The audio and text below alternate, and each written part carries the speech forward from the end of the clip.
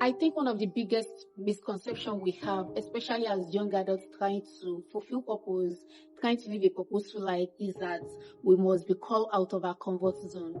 And as much as I understand the concept of the fact that what we are doing should stretch us, but this ideology that we carry, that if God calls me, it has to be something I don't enjoy. When you hear people even talk about relationship or their ideal marriage, the kind of marriage they believe God leads them to, it must be something that you probably don't like the person first, and then God now tells you he's the one, or God tells you she's the one. That's why you now start developing feelings or something. It's as if the moment you start enjoying something, it automatically becomes less spiritual.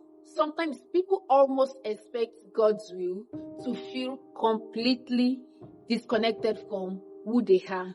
Like, if you are passionate about something, then that cannot be what God really wants you to do. Because you enjoy writing, they might say, oh, anything that has to involve writing is not God's will. It's just you staying in your comfort zone. And somewhere along the line of trying to stretch, believe that we should stretch ourselves and knowing what God's will and God's purpose is for our life, somewhere along the way, we've created this idea that purpose and passion are always enemies. They are two parallel lines. They must never meet. Like, they can never meet. But when I read my Bible, I don't think that's always the case. Take Peter, for example. Before Jesus called him, Peter was already a fisherman. Fishing wasn't new to him. And Jesus didn't walk up to Peter and say, leave fishing, I want you to become a carpenter. No, he met Peter in something Peter already knew. In something Peter was passionate about, in something that even when it's not working, Peter was still there. Because this is his life, this is what he has always known. And Jesus said to him, follow me and I will make you fishers of men. And I just love that concept when I'm talking about purpose. Jesus used Peter's existing world, the world Peter was exposed to, the world he was used to explain Peter's future to him. He used his current situation to explain his future assignment to him. God didn't ignore Peter's experience. And I think that's something many of us overlook. I really wish we can start taking our experience, our interests as clues and not accidents. I am not saying our experience or our interest will be the whole picture, but they can be clues to where we are going. They can be like putting puzzle together to find the bigger picture. God already knows how He wired us. He knows the things that naturally bring you alive. And while I am not saying every passion will become your calling, I also believe that every passion should not automatically be ignored. I think we've become so afraid of following our hearts that we've forgotten God can shape our hearts too. The thing that is going on in your mind, who tells you that it cannot be influenced by God? You've given your life to Christ, right? God is the one that dwells inside of you. You think, oh, I am in the presence of God. I am His atmosphere. Everywhere I enter, Jesus Christ is there. My body is the temple of God and all that. So what now makes you think when you are thinking about something, or what makes you think what your heart wants could not have been shaped by God? You know, Psalm 37 says, delight yourself in the Lord and He will give you the desires of your heart. Sometimes we read that scripture as God handing us random gifts. But what if part of it also means that as we walk with Him, He shapes our desire to reflect His purpose? God can shape your desire to reflect His purpose. What you desire might be what God also desires for you.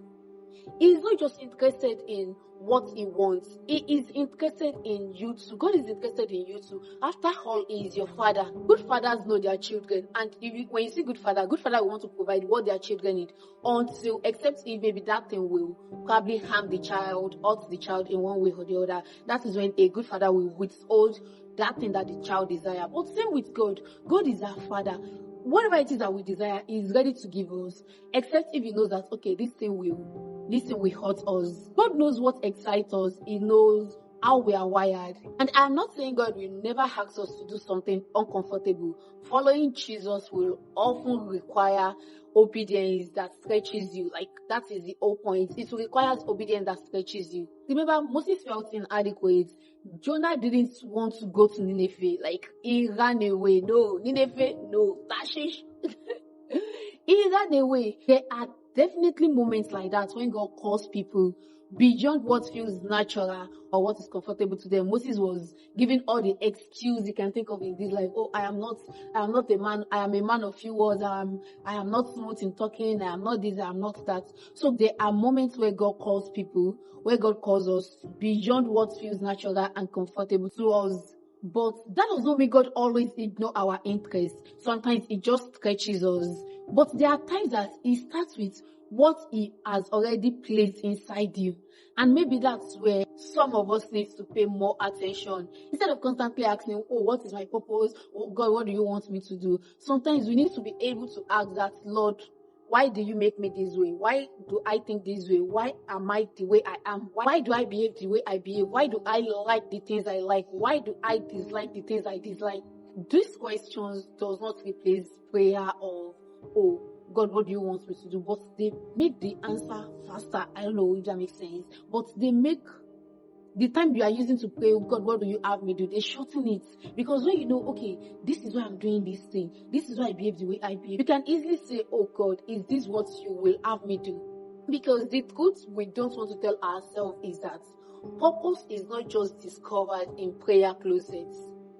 Purpose is not just discovered in your secret place. Sometimes purpose is discovered through patterns, the things you've constantly loved, the gifts people have consistently recognized in you, the bodies you can't seem to ignore, the opportunities God keeps placing in front of you. Like sometimes all these things are not just coincidence. They are invitation. God inviting you, giving you invitation card into the life of purpose that you truly desire, that you are praying for. So as for me, I no longer believe that if it brings me joy, then it is automatically outside God's will.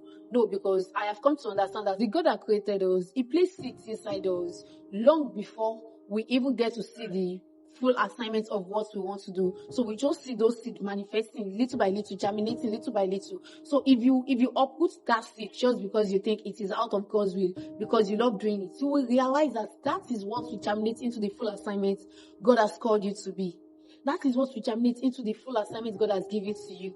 So don't uproot it. If you are the kind of person that have been trying to discover purpose, trying to God that, oh God, what do I do? And all that, you have been waiting for purpose to look completely unfamiliar. This is me telling you today that what if God has been preparing you through the things you naturally enjoy? Like David was killing bears in the bush, and God was preparing him for Goliath. So that was God preparing him. What if God has been preparing you through the things you naturally enjoy, the things that come naturally to you? And this is not to say maybe passion is everything. It is not everything you have passion for that needs to blossom into a very big or very crucial part of your life. You can just have some things you just enjoy doing without having to bring other people into it or something. But what if that big thing you are actually looking forward to is already part of you? Because trust me, your passion and God's purpose can meet. They are not outside each other. They don't necessarily have to be enemies. This is day 5 of my 30 days, and I will see you tomorrow. Bye.